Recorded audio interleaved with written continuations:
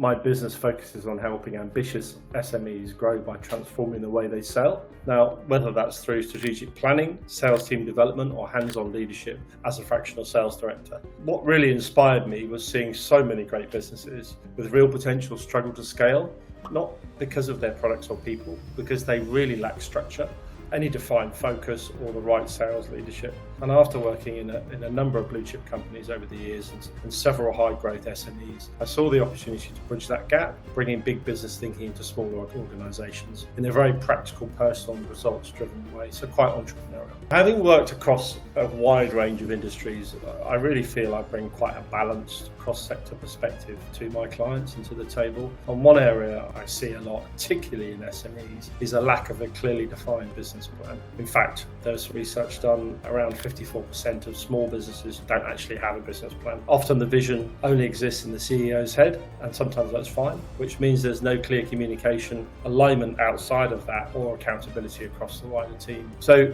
to make a real difference, I always start by lifting up the bonnet, as I call it, and understanding the business and what's going on. And I really start that process, initiate that process by speaking to everybody in the business. And that means from the warehouse floor to the senior leadership team. And that gives me a true sense of how the business operates and what's really going on. That way, any recommendations I make are grounded in reality and tailored to drive real sustainable progress, momentum, which is critical as a business is scaling. Back yourself. Make sure that you've got the experience that you can add that value and earn the confidence by getting close to the commercial reality. Too many aspiring entrepreneurs focus on the big visions without deeply understanding how value is created and then converting that value into sales or revenue. So some areas I would say to answer that question in terms of maybe critical success factors or a bit of advice is, spend time with your customers, learn how sales actually happen. And don't be afraid to get your hands dirty.